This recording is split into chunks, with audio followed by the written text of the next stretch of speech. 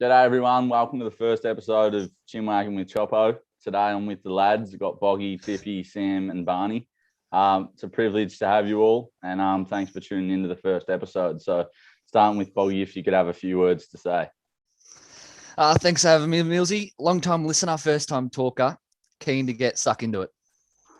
Good stuff, Tipper. What do you got for us? Very privileged to be here, Millsy, and very excited to get this underway. Sammy? Yeah, just honoured to be amongst everyone here and what's popping, my kings. Let's go. Look, schedule was busy, but I've managed to find some time for this show. Hopefully we can make something special out of the time we have with myself. Yep, exactly right, Barney.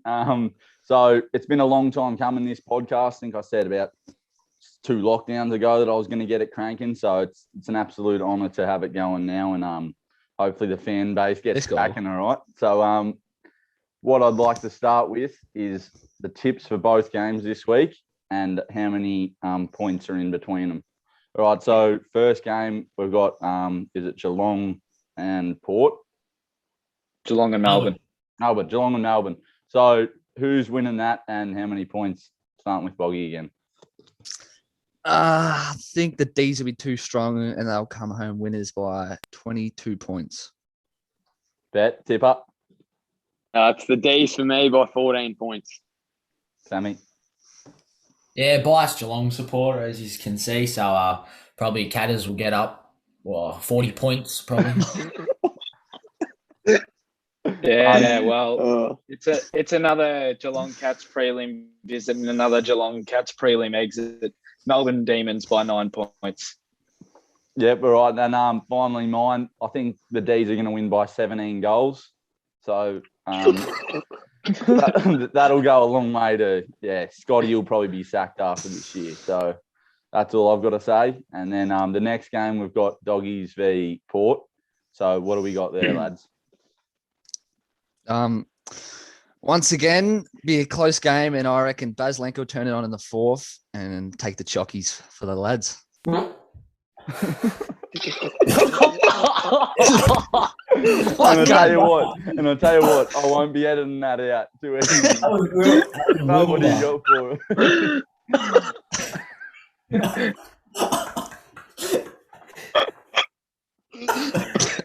Compose yourself, Tippy.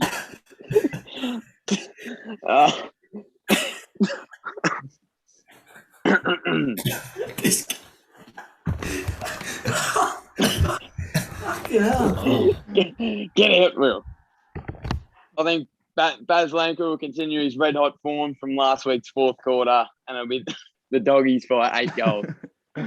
Jeez, that's brave. Sammy, what do you got? Yeah, well, I think the Bulldogs' fairy tale this year just isn't meant to be, and O'Leary is looking too strong. So I think Port by roughly 25 points. Good shit. Going for a couple of blowouts this week.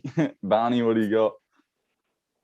My heart says the Dogs by 15, but my head says Port by 5. So go with Port.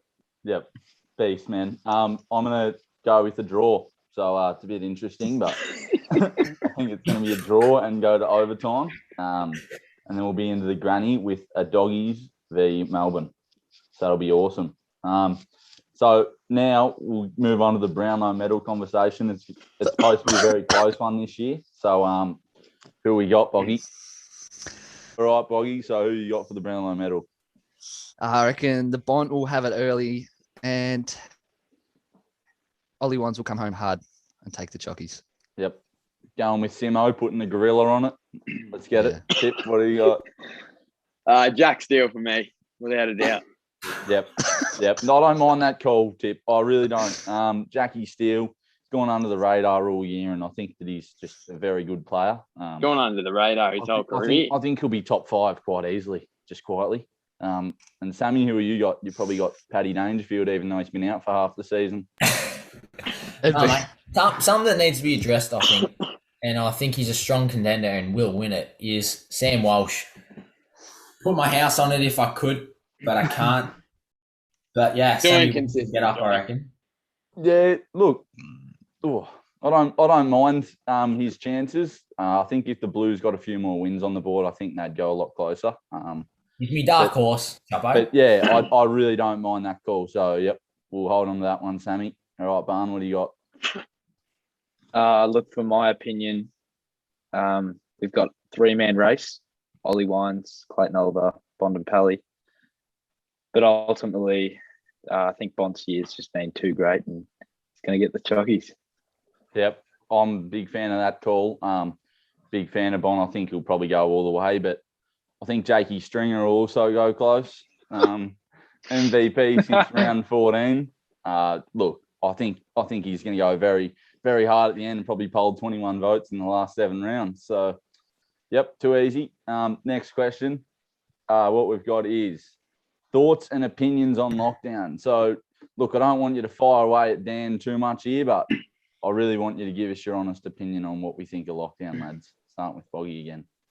I actually don't mind the bloke. He's had a challenging run, but if it wasn't for the Shep fuckheads, we'd be going all right. So that's all I got to say. Tip. I agree. I think Dan the Man's done a great job. He's had his little slip-ups every now and then. And, of course, with all that authority that he has, people are going to get angry at him. But I think he's done a great job. And lockdown shit for everyone. I bloody hate remote learning, and I miss hanging out with the lads and playing footy and all that. But, it has to be done. And hopefully we'll be out soon. Yep. Couldn't have said it any better, Tip. Very great. Well put, Tip. Surprised you aren't cacking yourself on the floor right now. But anyway, Sammy, what do you got? Look, Millsy, no one could prepare for it. No one could plan for it. And it certainly wasn't in the job description to, look after a state why there's a global pandemic going on. But I don't know. Dan Andrews, yeah, he's done a good job, but we've just got to learn to live with it. I reckon let us live with it. I think it's about time that lockdowns just need to be stopped. Let's live with it. So Sam, what you're trying to say is you just want everyone to go out and have a bit of survival of the fittest. So the oldies are going to struggle is what you're trying to say. Or do you reckon they should stay home gardening? Matty Real. Yeah, well, you got to look at what France is doing, what Europe, all the Europe and America's doing. They're all just learning to live with it. Our vax rates needs to just go up quicker. We're just not doing that right. Something's going wrong there. But we just need to learn to live with it and move on with our lives. These small businesses can't handle it anymore. Yep, very, very well said, Sam. I couldn't agree more. I couldn't agree less. But anyway, Barn, what do you got? Well, how hard can it honestly be? As the Premier, you just open up, lockdown, just stay consistent with your rulings and all this other crap, and just who cares anymore? It's not even that bad of a virus. Look at the death rates on it. Not even that bad. Exactly the right. The influenza that went through and killed more people than this virus. So I reckon just open us up and, yeah, who gives a crap? Yeah. Righto, lads. Boggy, you got the vaccine, mate? Nah, I don't, but I will be jamming it in myself soon. Too easy, mate. Especially after your mate Baz has told you to. I think it'd only be fair if you went and gave yourself a jab. Tip? Yeah, got it. And all for it. I reckon it's a great thing. Yep. How'd the arm feel after it? So, fuck that. Sore as fuck, mate.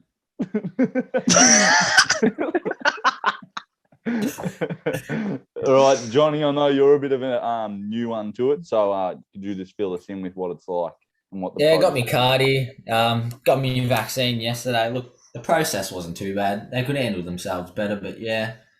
Look, the arms are stiff as a cock this morning, but yeah, no, it's not bad. Look, we've got to do it if we want to be able to do things in the future. So go out and get it, but it'll probably kill us in a couple of years' time. But who cares at this point? Yeah, look, you've really gone to the point there, and it's state's a bit of a grey area. if you think it's going to kill us in a couple of years' time, and I think that you're a very smart man, so I think we might be in trouble here. But anyway, Barney, what do you got?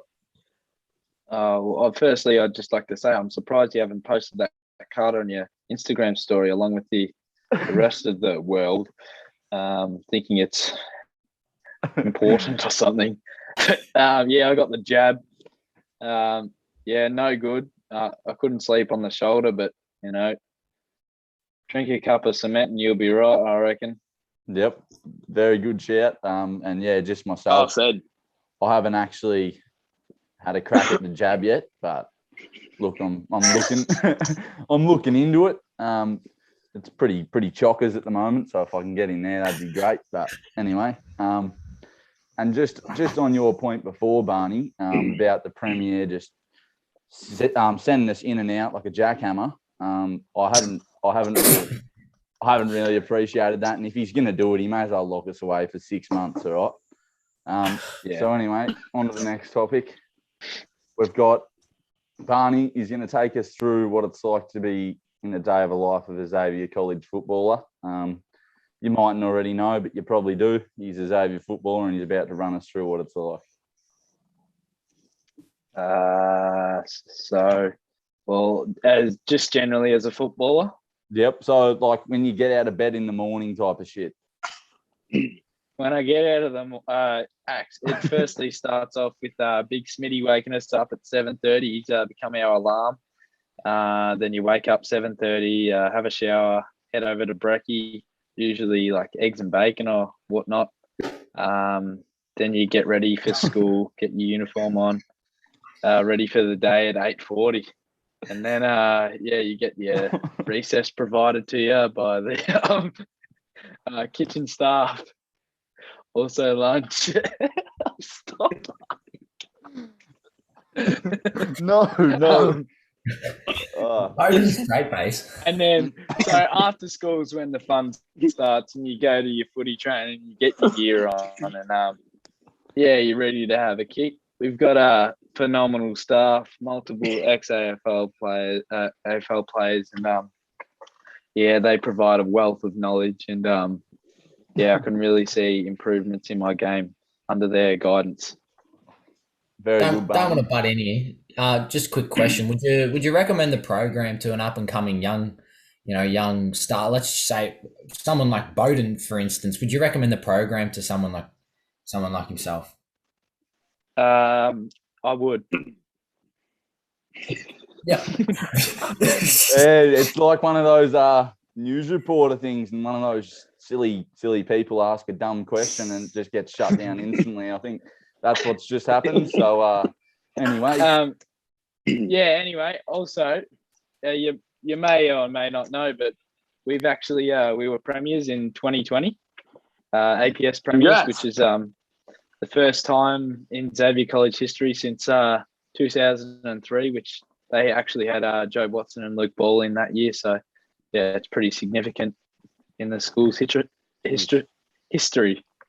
That's very special. Congratulations, and Charlie. I'd just like to say congrats with Tommy Boy just there. So congrats, mate. Stuff. For all the gym junkies there, a few celebrations. Get around it, lads. Good stuff.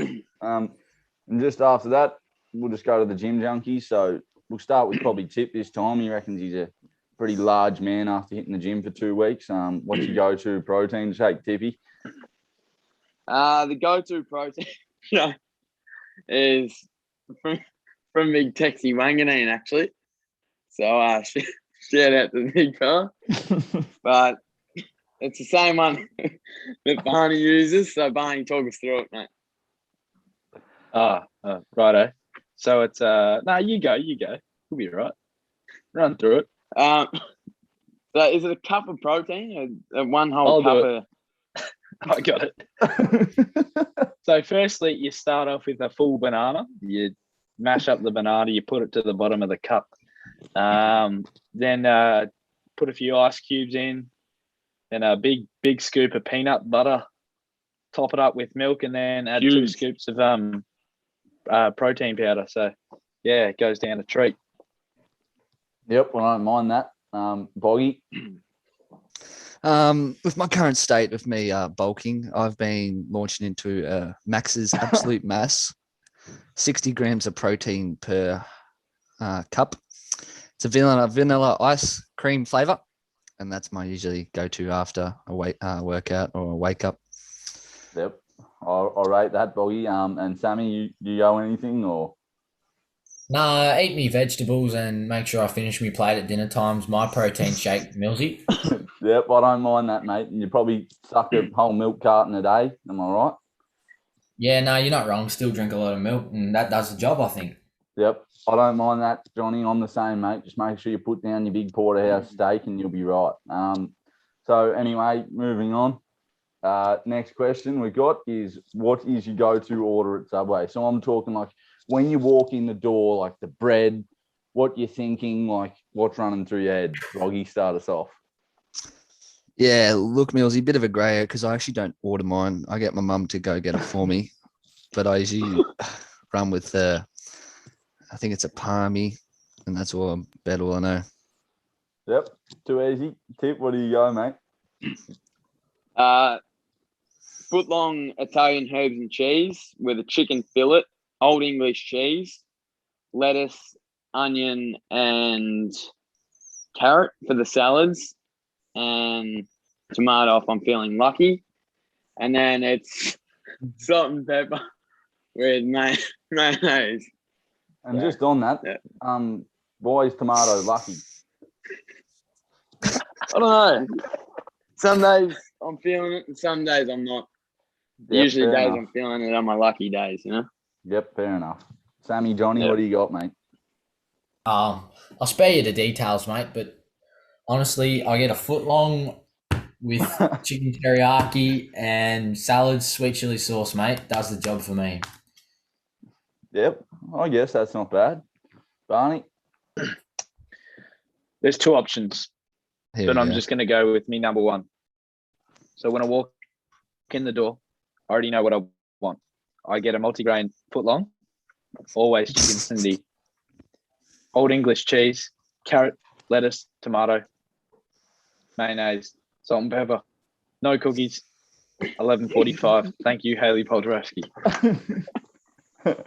My favourite sandwich artist. I actually don't mind that. Sounds like you're a pretty regular customer in there, Barney. But anyway, Yeah, I get looked after. Yep. Cheers. Yep. But all right, and if I walk in there, I think I just grab the footlong Italian herbs and cheese times 6. I just grab a chicken schnitzel, tasty cheese, toasted. So chuck that in the toaster, make sure it's nice and crispy. Then we run with a bit of tomato. What else? Lettuce, a little bit of lettuce. Like they always chock it up a little bit too much. Like just a little bit, nice spread. Tomato. If I haven't already said that, more tomato. Then carrot. I like some carrot, and then chipotle sauce and salt and pepper. So no cookies, no drinks, and then I don't know how much it costs, but anyway. Anyway, the next discussion we want to have is one that raises a few hairs on the back of Tippy's neck, and that is Father's Day Instagram posts. So if you'd like to kick us off, Tip, because you sound like you got a lot to say. Yep. It really pisses me off when last Sunday was Father's Day, and going through Instagram stories of women posting their fathers that I know that they do not have Instagram, and they're just looking for attention for themselves, and they're taking Father's Day away from their own fathers by posting photos where they think they look good and just giving their father a little side note for Father's Day. And I've seen a little post here that I thought was pretty good. Do it, love. Post a bunch of hot photos of yourself to Instagram with your old man in the background for Father's Day. Who cares if he doesn't even have an account and will never see it? It's your day, not his. Even refer to him as this special human. He'll love that. I just thought that really topped off my anger that I had on that day when I seen that post. Yeah. Just on that tip, Yep, go Boggy. I think it's very selfish by the women just because women are mainly women because they're a bit cringe, but it's really just a kick in the balls. That's what I take it as a proud father. Just kicking the balls. Yeah, I agree. They're making it about them and not actually celebrating their time with their father. They're taking time away from their father to create a Instagram post, and it's just not what we want as the society of men. I think we just got to cut that out in general and start all over again. Just get back to the good old days. Maybe have a frothy with him instead. But on that, Barney, Totally agree. We've got to ask ourselves, is Father's Day transphobic? Because we've got our neutrals out there that aren't identifying as fathers. So do we got to ban the day, altogether? That's the questions for the future. Look, and they're the like, questions we should be asking. raises a really good point. And those children without fathers too, like you got to feel for them. And I know I've seen a few Instagram stories on that too, so I know all about it. So it's just a bit of a grey area. You can't win, but this will be a huge one, lads. It'll be huge. How much money would you charge to sell a year of your life? Now, I think this will raise some very interesting discussions, starting with Bobby. So what was the question again, Millsy? How much money would I charge? Would you charge to sell a year of your life? Jeepers. Yeah. You'd be looking for myself for a year, 365 days, 366 if it's a leap year. Around about $1 million, I think. That's truly what I think for myself. Yeah, I don't know. That seems pretty steep, Boggy. I don't know. I'm happy with your opinion. Look, Millsy, when you wake up in the morning and have a look in the mirror and see this canvas, that's probably charging 50,000 right there. Yeah, look, I'm actually not going to disagree. And now we're going to move on to Tip. Well, for me, it depends on the year, like your age in your life. So if it's next year, like I'm turning 18 next year, it's going to be a fucking hype year. So like, I'd probably charge $100K to live my life next year. Yeah, obviously I don't rate myself as highly as you, but which is completely fair enough. You're a very good looking male. And but see, if it's like when I'm 40, say the 43 to 44 year, like I couldn't give a shit. I'd sell it for $5,000. I don't mind too much. Well, so you're happy to just throw one away? Yep. Throw one away for $5K. Probably 3 weeks pay slip. Yep. Yeah, righto. Sammy, what do you got? Yeah, I'd probably have to sell mine for probably the minimum of chips and a can of Coke, Millsy, because I probably couldn't give a shit about an extra year. Like, what's it going to do? I think if it's one of them at the end, it'd be better just to end it there. So, yeah, not much. Kick them over, you reckon? Yeah, just... We might have to look a bit deeper into that, Sam. Geez, that was pretty deep, pretty hard. But anyway, Barn, what do you got? Probably 5 mil because I don't know. It's probably what I'm going to be making with Bitcoin in the next couple of years. So I don't want to ruin out on a year at Bitcoin where I could be making a lot more. So 5 mil minimum. Yep. Fair enough. I think personally, if it was a COVID year, I think I'm selling it for $2,000. Couple months pay slip, and then probably chuck it on a sports bet multi and get around it with the lads. But look, if it's like Tip said, next year, it's going to be a big year for the lads. Year 12, that's probably the shittest part of it. But anyway, I think I'm putting on a pretty high value, probably $100,000. So yeah, that's how much I'd probably say. I think it's very hard to sort of put a value on it, like Barney said. But anyway, we'll move on to probably one of the most heated discussions over the last 2 weeks, and that is, what is the better album out of Certified Lover Boy by Drake, huge this, and Donda by Kanye? And Boggy, if you want to kick us off, that'd be nice, mate. Yeah, look, where do I start, really? we'll start with Donda. When I first had a listen at the gym, I listened to a Zayden Pell. I wasn't really a huge fan, but the more and more I listen to it, the more I really get into it. Certified Lover Boy just isn't really it for me. And Drakey did miss there. Yeah, look, I can only agree there. I can only vouch. Look, I've really sort of let my standards down on Drake over the past week, and after I've listened to his whole album. But anyway, what would you like to say, Tom? Yeah, it's huge conversation at the moment, but you're just silly if you think CLB is better than Donda. Like at first, I thought CLB was better than Donda, but then the Donda's an album where you have to listen to it a few times to really get into the groove of the songs that Kanye is trying to put out. And Kanye just has more better songs than Drake does in his album. So, yeah, it's Donda for me. Yep. And next person is Sammy Johnny. Now, just before any viewers know, this man is an absolute Kanye simp. So whatever he says here, just really open your ears because it's going to be wild, I can tell. What do you got, Johnny? Now, you know what? I'm going to contain myself, Millsy, for the Choppinators out there. I think what we got to understand here is Drake sets the bar up here. Drake puts the bar up here with all these singles he releases. And unfortunately, the bar has been lowered. We did not get what we expected from Drake. And that's why I think CLB is as bad as what it comes across as. There's some all right songs on it, like, I can't remember the name of it. It's got something to do with Knife's Out, Knife's Edge or something like that. 21 Savage, you know. He's got a couple of right songs, but Donda takes the bickies any day of the week. You know, you can't change my mind on it. Kanye's the GOAT. He's one of the greatest musicians there'll ever be, there ever is, and there ever, you know, was. So I think Donda is just too good. Yep, fair enough. And Barney, what do you got?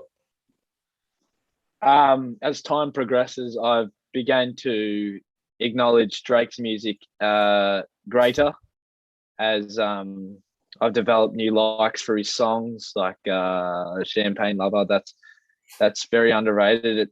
At first, it was criticised, but by a majority of us. But over time, I think it's become better. But in saying that, the Donda album is just superior in its greater songs and more attractive to listen to, in my personal opinion. Yeah, on that, Barn, just got to disagree with you, mate. Champagne Poetry, or whatever it's called, is one of the worst tracks I've ever heard. Look, I have to disagree. Yeah, look, the flow, the lyrics. You just got to listen to it, all right? Just listen to the lyrics and it'll change your life. That song has hurt my ears. I cannot. I'm just going to close the conversation here, and I'm going to give you my. I think it's a good debate going. Let's keep it going. Album. I just think you're stuck up and you don't want to like. Champagne Poetry, dog shit. Puppy's home, meh. Girls want girls, getting there. In the Bible, meh. Love all, meh. Fair trade. Girls want girls is good. Yeah, this is where I'm picky with your opinions, because girls want girls. That's top 3 in the album, and you just that's why I put getting there because the whole album is getting there. It's all dog shit. I agree with you on that one, Mr. Barnett. And then we've got Way Too Sexy. I don't know what he was trying to do there, but anyway, TSU decent. Video clip's good on it though. N2 deep, meh. Pipe Down, I liked that just because of the title of the song. Yabba's Heartbreak, that was grey as. No Friends in the Industry, Mika. Knife Talk, up there with the worst. I thought that was horrible. That's the one Sam liked. That's the only one I can tolerate, Millsy. So that's... Yeah. Well, look, everyone's going to have different song tastes, and that's why it's such a great discussion to have. But overall, I think Donda shit's all over it. Also, I've got a bit of a bone to pick with No Friends in the Industry. You sort of made me think it was a good song, but the more I listen to it, the less I like it. It's just doesn't have the same flow. The beat doesn't go hard. The lyrics aren't that good. It's just an overrated song by you, I think, and you've absolutely brainwashed me. Well, listen here. I've only had the chance to listen to it once, and I think I'm going to only listen to it once because I think the whole album's pretty poo. Drake set this really high standard, like Johnny said, and he's just completely gone under it. Whereas Kanye, he's released some slappers. All right. What do you think, Johnny? Yeah, I couldn't agree with you more, Millsy. I think you've hit the nail on the head there, mate. Beautiful. Beautiful, beautiful. And Barney, I know you got something to say there. Goodbye. No, right. With that, I think that's how we're going to end the podcast. So thanks for tuning in. It's been an absolute privilege to have you all. And thank you very much. Make sure to comment something you want to hear us talk about as well, you know? Leave questions for us to discuss. Yeah, leave prompts, stuff to get us going. Yep, exactly right. Get around us. Make sure you subscribe, like the video, follow the Instagram, and merch coming at 1K. Exactly right. And I actually probably won't mark your word, but maybe 5K. I don't know. We'll think about 2,000 likes, 2,000 likes, and I'll shave me head. And also, Millsy, watch out, stateside. Just got to say something. Make sure you follow my Instagram, Bodie_Jones. Cheers, guys. There's a little self promo. I'm happy with that. Thanks for tuning in. By the way, as you said, merch drop at probably 10K. We're probably looking a bit ahead. I said 1K, but we'll push it to 10. Yeah. Anyway, Tom's gone. Have a good night, everyone.